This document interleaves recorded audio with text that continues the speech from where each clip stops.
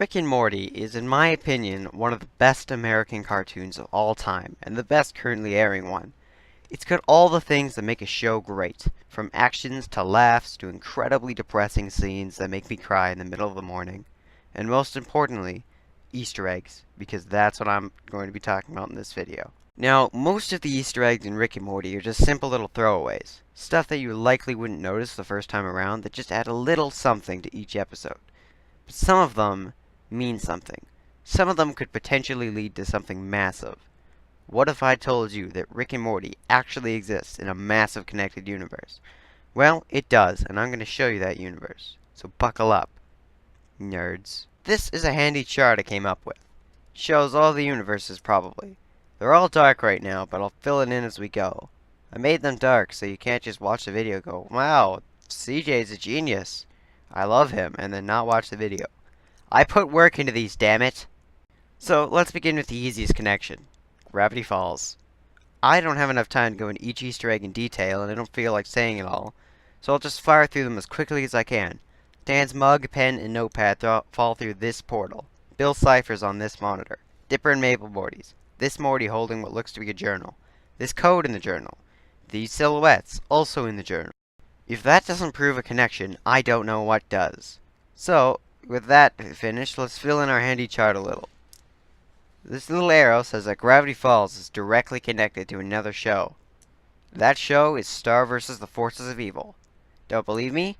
These tourists from the first episode of Gravity Falls. Marco has it several times poster. Seuss walks by probably. That's good enough evidence for me.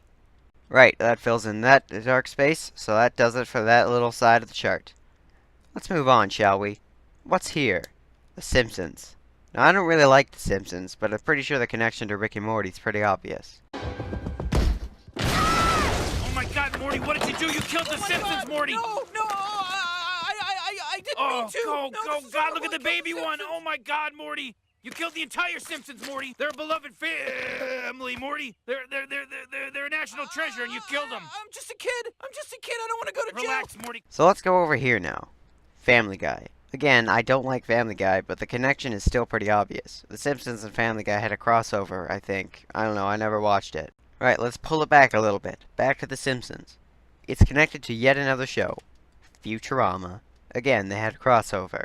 But I do believe it's worth mentioning that the market Morty goes to in The Simpsons couch gag has several Futurama Easter eggs, further supporting the connection. For example, the Planet Express ship flies by. Flare Machine. Brain Slug. Probably others I'm too lazy to find. Right, next Easter egg. This one isn't a cartoon, but there's still a connection. I'll admit it's pretty weak, but whatever. In the first episode of Rick and Morty, while they're in customs in the alien airport, has several different aliens in the background. One of them in particular is important. This one. What does that look like to you? That's right, if you've ever seen Star Trek, it looks like a Ferengi. Therefore, connection. Probably. Star Trek also has a connection. For this one, though, we're going to have to go to the 2009 reboot. That's connected to the original series because they time traveled or something. I don't know. I don't remember. I liked the movie, but it's kind of forgetful. Moving on.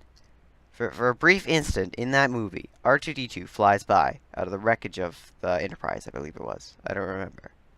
But it is theoretically possible for R2 to end up there. Star Wars is in the past, and Star Trek is in the future. So, if R2 could somehow manage to get over to our galaxy, wait a really long time, he could possibly end up there. He could live forever. He's a robot. But that's good enough evidence for me. Therefore, Star Trek and Star Wars are the same universe. But Star Wars has its own connection. It's connected to E.T., some of his people in the Senate. So that's pretty much all the connections I can think of. So theoretically, with a little bit of time and dimension travel, Star Butterfly, Dipper and Mabel Pines, Rick Sanchez and Morty Smith, Homer Simpson, Peter Griffin, Bender, and Spock could all team up to blow up the Death Star. I mean, it won't happen, but canonically, it could technically happen. It won't because of legal issues and whatnot, but it could. And that's good enough for me.